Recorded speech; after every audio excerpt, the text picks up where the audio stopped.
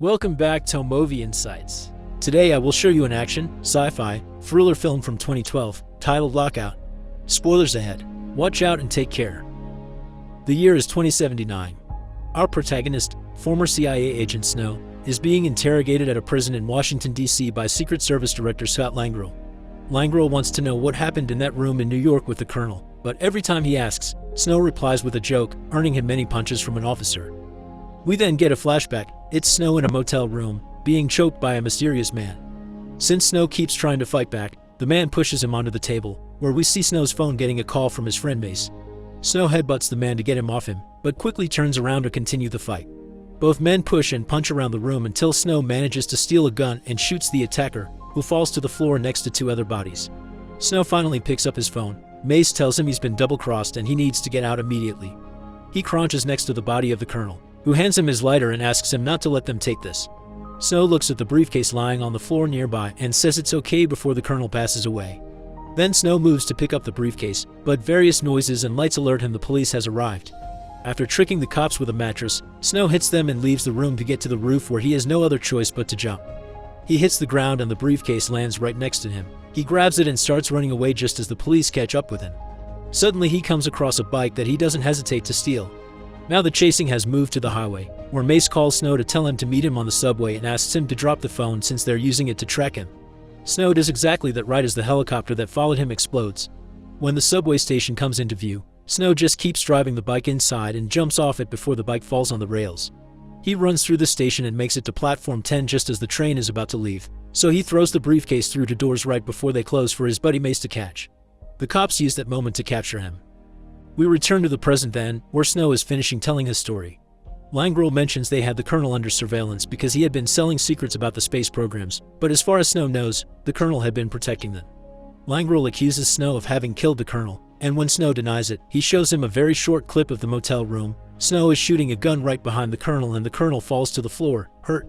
Snow says that's not what happened, but Labral replies he saw it with his own eyes. More questions keep coming, which Snow still refuses to answer as a new officer enters the room, Harry Shaw. Shaw changes places with Langro and offers his help. Snow asks him to pick something up for him that he last saw on the train. Another flashback begins and we see Mace get off the train, followed by a visit to the station lockers where he hides the briefcase. When a cop finds the keycard he forgot on the lock, he walks away anxiously and bumps into another person, making him drop his gun, which goes off on the floor and hurts a cop. A different officer shoots Mace in return and captures him. Back in the interrogation room, Shaw asks Snow who was his backup guy. Snow says aloud that he won't tell because Shaw would take it to his boss, but on the table, using cigarette ash, he writes down Mace's name. Shaw ends the conversation after cleaning the ash off. We cut to the first daughter, Emily Warnock, who was in a spaceship flying through orbit, together with her bodyguard Hawk and her aide Catherine. There are also police officers traveling with them, including prison warden Barnes, who offers a quick briefing. The group is about to visit the MS-1, a maximum security space penitentiary that has been tested on 500 prisoners without incidents. Once they're properly open for business, they'll be able to rent space to 500,000 criminals with all countries signed up but overseen by the US. Barnes explains the MS-1 is the only prison in existence without abuse or riots because they put the prisoners to sleep, and that's what worries Emily. There had been reports of the after effects the stasis leaves on the mind, like dementia, but Barnes says the press made it all up. He also explains that the defense system is automatic and well armed. They make it inside then. After the visitors are put through the standard procedure, they take the elevator to the third floor. Emily asks Barnes if the real purpose of his prison is to test the effects of deep space exploration on humans. Barnes says he's just an employee and doesn't know anything. Barnes takes the visitors to see the prisoners sleeping in their stasis capsules and informs them they've prepared an interview room for them, but they can't take weapons there. Hawk keeps one hidden under his pants anyway. Back on Earth, Snow is being held at a detention center. Langro visits him to inform him he's been convicted to the MS-1. He's then dragged to the procedure room to be injected with some kind of drug. Meanwhile, in the MS-1, Emily is introduced to Heidel, a deranged prisoner. She tries to ask him questions, but he won't take her seriously. Hawk doesn't like it and to make him behave, he pushes his head on the table. Heidel uses this chance to steal his hidden gun. After pushing Hawk away, he shoots a section of the wall that causes an explosion that hits everyone in the room and knocks Hawk unconscious. Unshaken, Heidel shoots the chains on his ankles to free himself, then goes after Emily, who is already running out of the room. He manages to shoot her leg, but she closes a set of doors between them that allows her to escape. We briefly are shown a different ship belonging to the locked, low-orbit police department, and their alarms are already alerting them of the fire in the MS-1. Back to Emily, she is entering the control room and telling a scientist to hide before doing so herself. Heidel enters the room as well and threatens the scientist with his gun, demanding to know where Emily is. The scientist is confused and the lack of answer angers Heidel, who throws him on top of some buttons and accidentally activates the control room. Realizing what this means, he grabs the scientist and makes him free all the prisoners from their stasis capsules. He shoots him when it's done, then pretends to leave the room, only to surprise Emily seconds later. The released prisoners are riding all over the place. In a particular capsule, there's Alex, Heidel's brother, who pretends to still be asleep when guards pass by, only to jump on them from behind, knock them out and steal their weapons. Meanwhile, in the interrogation room, Hawk wakes up and realizes what's happened, so he sends a message to Langrel. Back in the control room, Heidel is grabbing Emily and putting her on the table to abuse her, but Alex, who's become the leader of a small band of prisoners, arrives and stops him, since they'll need as many hostages as possible to negotiate. At that moment, the LOP tries to reach out to them through the communication channels, and Alex realizes they're being approached by police spaceships. Heidel brings another scientist over to make him activate the security system, and he can't stop himself from pressing the big button, causing the prison ship to fire at the cops. In the meantime, Langrel and Shaw are visiting President Jeff Warnock at the White House again to inform him of what's happening at the MS-1. Warnock worries about his daughter and they tell him they know she's fine thanks to her telemetry, which is a little machine connected to her body that keeps track of her health. Langrel wants to send special forces, but Shaw first wants to know how to proceed, because sending in soldiers would equal losing Emily. He offers an alternate plan, sending just one man with a very specific order. We cut to Snow then, who is refusing to participate in this plan to save the president's daughter. But when Shaw secretly tells him Mace is in the prison, Snow changes his mind and accepts the deal. Shaw returns the colonel's lighter to him as thanks. In the MS-1, all hostages are put together in a room and their IDs are taken by the prisoners. When Emily shows signs of being cold, Catherine hands her a lab coat that is hanging nearby to wear. Back on Earth, Snow, Langrel, and Shaw board a space shuttle and go over the plan. Snow is told about the telemetry and about escape pod on level 5 that he'll use to escape. A map is given to him to find it. He's also given some explosives. In the prison ship, Alex's hand gets hurt in a fight, so he asks for a doctor. One of his men goes to the hostage room, where Emily is having her leg wound bandaged by Catherine. Seeing her wearing the coat, he thinks she's a doctor and grabs her to take her to Alex. Emily plays along and works on patching him up. Snow, Langrel, and Shaw make it to the LOP spaceship and Langrel takes over. An officer tells him Alex has demanded a negotiator. Langrel tries to talk to Alex, but he's hanged up on. At least they got to see Emily next to him, and since Alex didn't mention her, Snow arrives to the conclusion that the prisoners don't know she's the president's daughter. The feed is suddenly back on and Alex appears on the screen, telling them they have a little demonstration. They take Barnes and release him into space to die. Alex tells the agents there will be another show in an hour. Langrel will try to negotiate with the prisoners. Shaw tells Snow he'll go anyway. While Snow looks for a way in, a cop is sent to the MS-1 as negotiator. He speaks with Alex privately and convinces him that releasing at least one hostage is the best way to go. When Alex accepts, the officer tells him the hostage should be a wounded woman, so Alex chooses Emily.